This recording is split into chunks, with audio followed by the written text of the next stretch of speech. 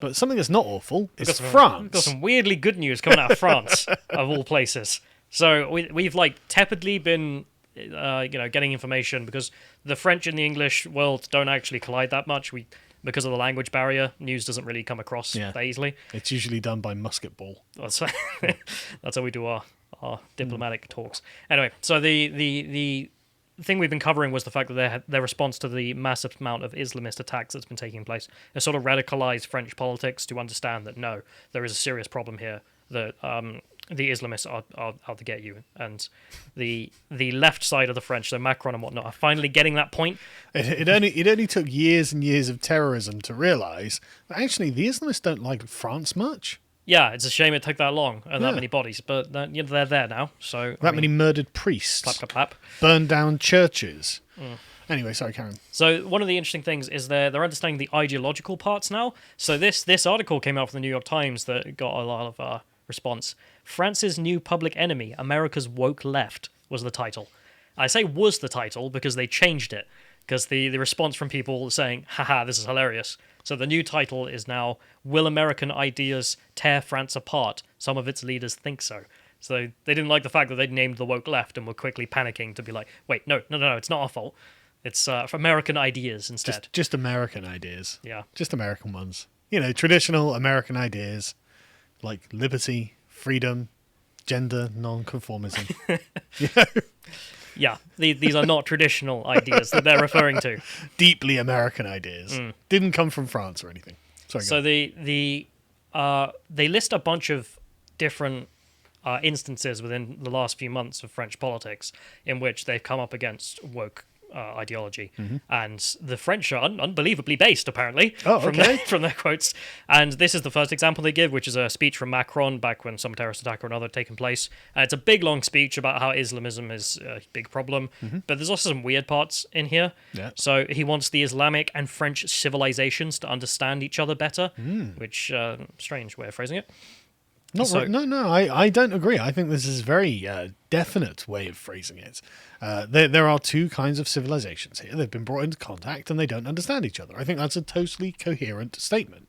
That's true, but some of the ways he wants to go about this make me raise an eyebrow that he's not as forward-thinking as you might be imagining. So he says, to that end, we will contribute 10 million euros to support initiatives by the Foundation for Islam in France and other areas of culture, history and science. I am thinking in particular of the development of advanced Islamic university studies. I have also decided to create a scientific institute of Islamology. So the scientific study of Islam, which... I think that's a great idea. Because you have a view on this. Yeah. You want to expand? Yeah, so Islam is a non-scientific entity. There's nothing about Islam that's scientific. It is divinely inspired. And so if you start applying scientific standards to it, you're going to find that Islam doesn't stand up to scientific scrutiny. And this is, frankly, how the Enlightenment has destroyed all of the, what I guess we will call romantic concepts, like Islam or heroism or anything like this. Anything spiritual, anything that is not quantifiable is not understandable by science. And I would suggest that possibly the core of religion is something that isn't quantifiable, which is a spiritual belief in God. And this is coming from an atheist who has never felt a spiritual belief in anything, right? But this is definitely not going to be good for Islam at all. To be under the scrutiny of science is something that no religion can withstand, and they usually get to have their own sort of aesthetic excuse to opt out of this. And well, of course, but the belief and the meaning and the magical part of it that makes it worthwhile for a human is outside and usually left outside of this. But like the New Atheists did with Christianity, there's no particular reason the Scientific Institute of Islamology can't do with Islam. So I would be optimistic that he's taking that big brain of approach of understanding what he's saying, but he also wants to expand the teaching of Arabic within schools, which made me like, okay, maybe Maybe. I don't know. I don't know. I'm not sure the idea of... So the speech is about preventing separatism. The idea that pushing Arabic teaching in schools is going to help this. I would have thought you'd want to integrate the Arab societies into being French and therefore speaking French. I don't know. I mean, who knows? Anyway. Who knows what the plot is? But the more interesting part about all this is what he then goes on to say, which the New York Times, like this... I'm so glad I went to the original French sources, because the New York Times has like the most tepid interpretation. Right. And like... But the original sources in this are just unbelievably good. So he says, many of these topics, talking about social science, in France, we used to excel at academically and have been undermined, and we have abandoned them. And in doing so, we have left the intellectual debate to others, to those outside of the Republic, by ideologizing it and sometimes yielding to other academic traditions. I am thinking of Anglo-Saxon traditions based on a different history, which is not ours. Oh, you slimy sons of bitches. And when I see certain social science theories entirely imported from the United States, so he is saying Anglo-Saxon, but he is also trying to make sure he's talking about Americans. Right. So it should come as no surprise that the people who are generally held up and considered to be the authors of wokeism are people who we would otherwise describe as degenerate French intellectuals, who ended up... Foucault is the primary person on everyone's lips here, I think, but there are a bunch of others, Derrida and various others, who end up creating postmodernism, and this seems to have taken root in American universities and has now come back to France. I mean, I agree that it is something that has come back, that has come to France that was, foreign, but the place that got it was like an infection from France. It's like it's mutated and come back. Yes. I think he is right to say that the modern interpretations, shall we say, are very American. Yeah. But don't sit there going, oh, this is Anglo-Saxon traditions. No. not even slightly. What this is French theory applied to the American social context of race and then re-imported back to Europe where that social context doesn't exist, and no one likes to read French theory. So there's another part of this. So that's the president talking about it. His education secretary is incredibly based, who gave an interview in response to Samuel Paty. This was a guy who was murdered for showing the Muhammad cartoons. Yep. And the parts of this interview, I can't get over how they're able to get away with talking like this in France. But maybe that's a condemnation of the Anglo world. I think it might be. So the interviewer asks, "You categorized Islamo-leftism, which is wreaking havoc on the university. Who are you targeting?" Islamo-leftists. Come on, I was perfectly clear. And his response is here, "No one has the right to cowardice anymore. Yes. There is a fight to be waged against an intellectual matrix coming from American universities and intersectional thesis." Yes! That's what I've been saying! That's exactly what I've been saying. I hope he ends it. Oh, and also, I've been watching a lot of Sargon of Akkad on YouTube. Makes some good points. I don't like his French bashing, but... But he is right about the wokists. So, talking about this theory, so he says, "It is the breeding ground for a fragmentation in our society and a vision of the world which converges with the interests of the Islamists. That's correct. This reality has played a significant part of French social sciences. In particular, I challenge anyone to tell me opposite." No one can. Can't change your mind. That's totally true. And the other two parts of this they took out, which are great. So him saying, "Some do it consciously, others are useful idiots for this cause." Completely correct. Nice. And then talking of so he talks about a socialist candidate. He just says he's the new Islamo-leftist.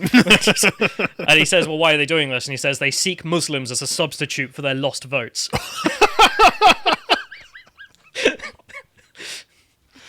Okay, so he's right on every point. And I can't fault the guy. And I actually really appreciate the direct way that he's putting this across. This is very heartening, actually. I can't believe it's the French that are actually leading the charge on this, though. How embarrassing. Yeah, the English Education Secretary and the Prime Minister should be talking like this for the last 10 years. I mean, you could see even David Cameron by the end of it. He started out his prime ministership saying Islam is a religion of peace endlessly. And he ended it by realizing, we've got some unique problems here that need to be solved. Even Tony Blair has completely rescinded his views on Islam. He was millions of Muslims are fundamentally incompatible with the modern world. It's like, Jesus, Tony. Their views. So their views. Sorry, yeah. But it's like that's the UKIP talk, Tony. So that's the 2 points that the New York Times are like, oh god, the French elite are revolting against wokeism and they're calling it American ideology. But they give us another couple of examples which I think begin to more demonstrate this. So the first one is about ballet, which is, of course, a big tradition in France in art. And one of the parts of that art is blackface. So they have a various ballet shows where they had, in the past, people would play who were white because there was lack of black and Asian people. So they have blackface and yellow face is what they call it. It's not my wording. Right, okay. And the new guy in charge of the Paris Opera House organization came in, and he's German-born. And he said that we need more diversity within the actors, and also we need to get rid of blackface and yellowface from all of our performances. Oh. And this got some backlash. So he also said that some works will undoubtedly disappear. And it's like, okay, so you are destroying works here. Yeah, you're destroying culture. And the response is Le Pen denounced it, but also a prominent French newspaper denounced it. And the way they did it, I just find great. So their main attack on him is he's an American for saying this. So he's like Alexander Nerf, who conducted the opera in Toronto, Canada, immersed 10 years in American culture. So like, you've immersed yourself in American culture, that's why you're doing this.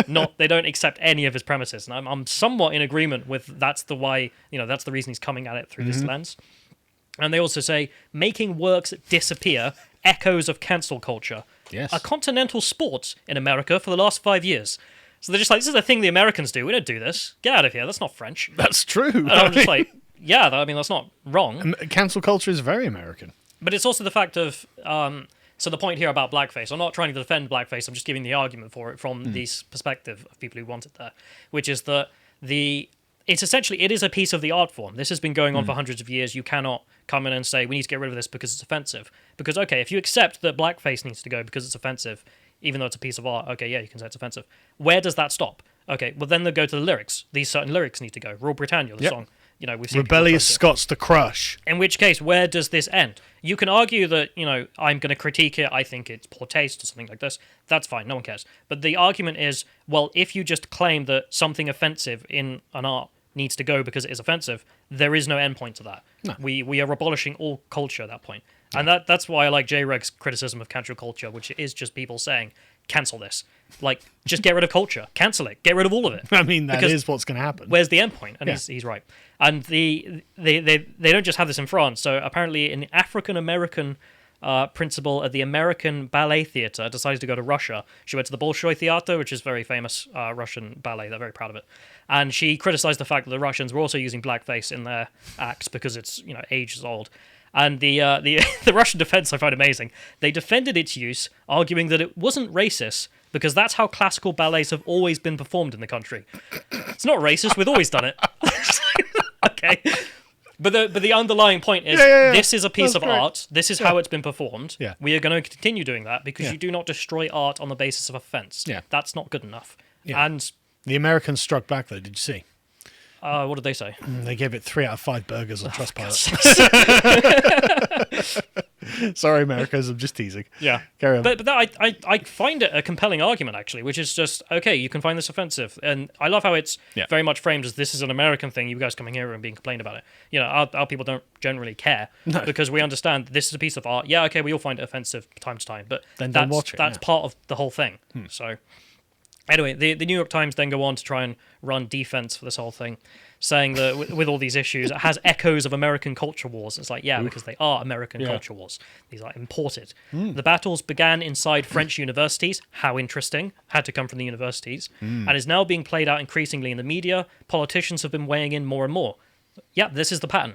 Oh, yeah, it's very, very clear to see that left-wing radicals in American universities have taken race relations in America, theorized them, so abstracted them in theory, and then are applying that theory literally everywhere in the world. Like this was the big argument that I had with essentially BreadTube a while ago. I had to try and explain to them that European countries were actually based on ethnic groups, and they weren't based on revolutionary philosophy, and they called me an ethno-nationalist for this. And it's like, but that's just what history is.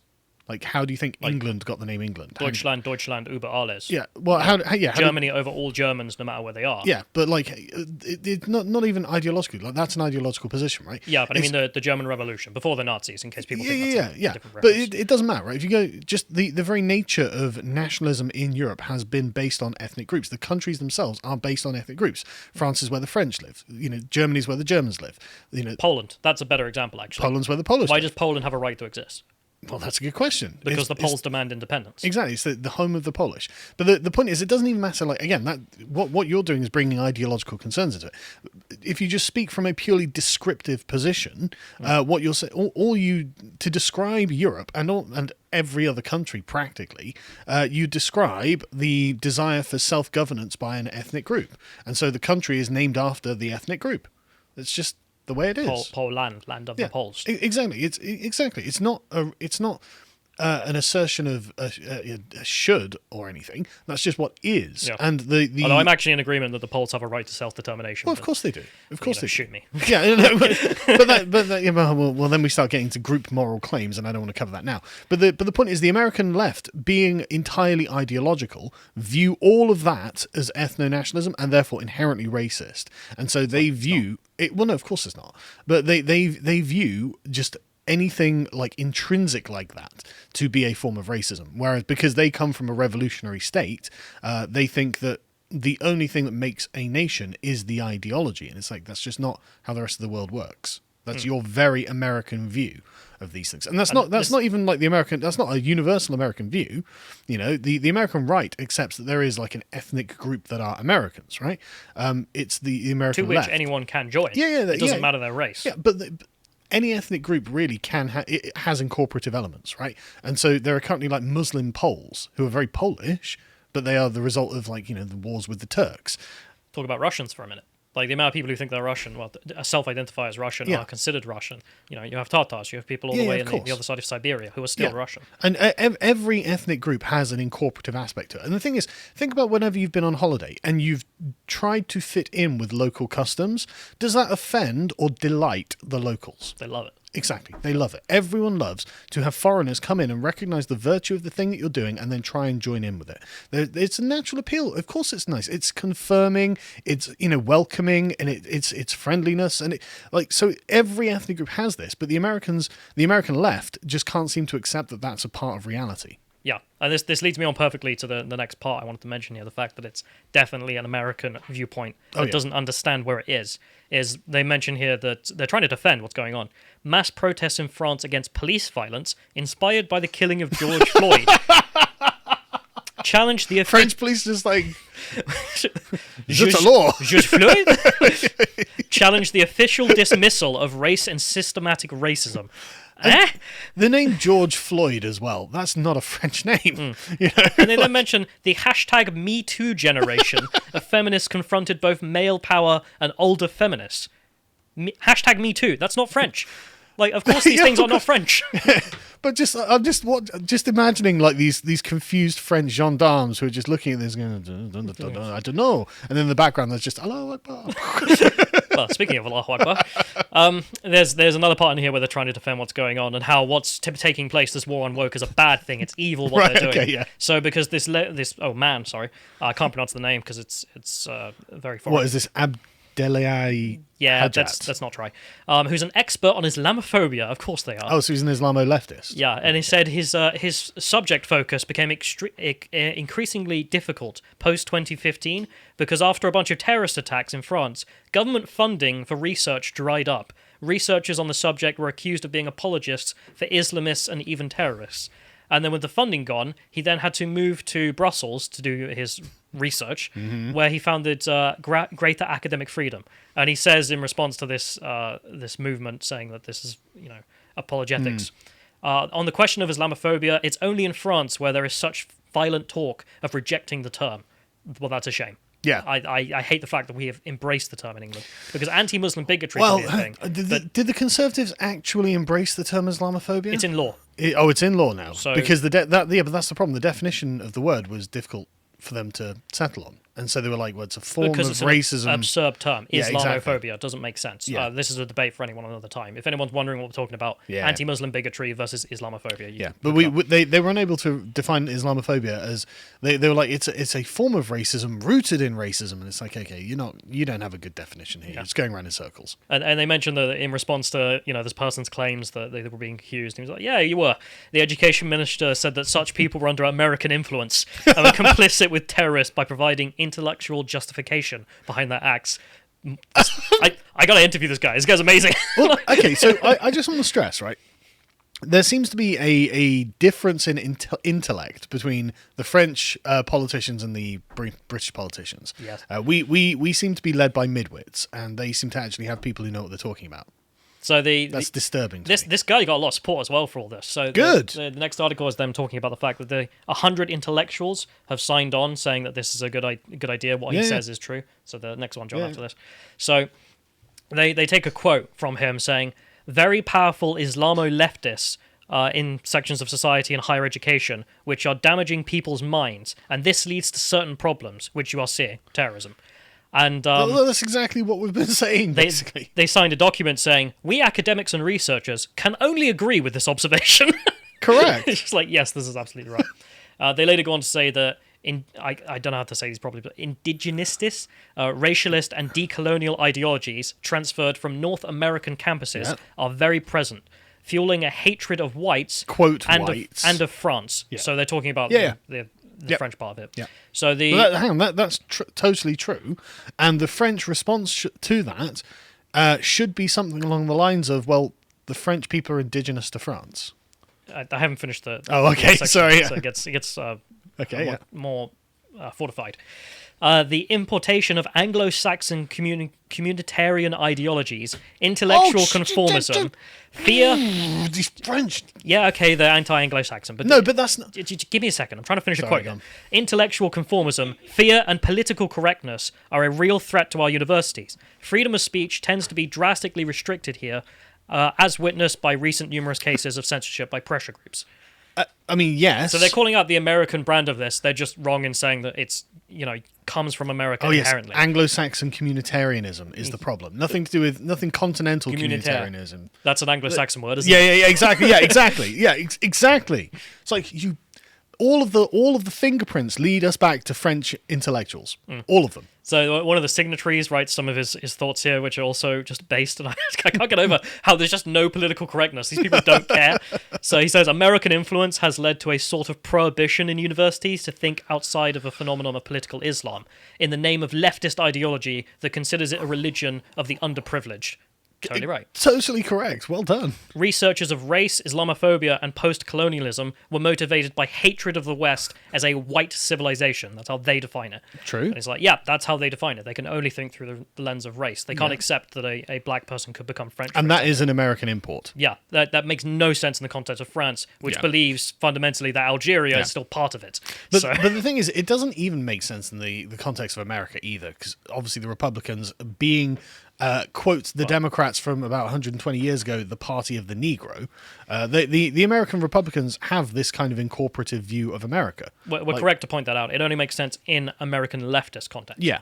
American right-wing context. Absolutely not. And that I've never met a Republican who gives a damn about race. Yeah. Never met one. So, and the last bit here from him here, saying, the common agenda of these enemies of European civilization can be summed up in 3 words: decolonize, demasculate, and de-Europeanize. Jesus. And then they end... Why can't our politicians be like this? God, I wish. I really wish. Like, where was Boris, man? Yeah. Like, I didn't, we're upset with Boris for being so pathetic on these issues since he got in. But then I look at, like, the guys who are in positions in France, and I'm just like, oh, I didn't realize how bad we have it. Like, it really is bad. And the New York Times article just ends with them pattering on about the fact that this is an American boogeyman and how dare they, get upset about this. You're one of the primary purveyors of this, New York Times, which you must be aware of. Yeah. Although there is one quote in the middle of it, which I wanted to leave till the end, where they actually take your position and they say there's a bit of a problem here, fellas. But far from being American, many of the leading thinkers behind theories on gender, race, and post-colonialism and queer theory came from France. Yes, exactly. Exactly. That's why it's not Anglo-Saxon communitarianism, you lying sacks of bloody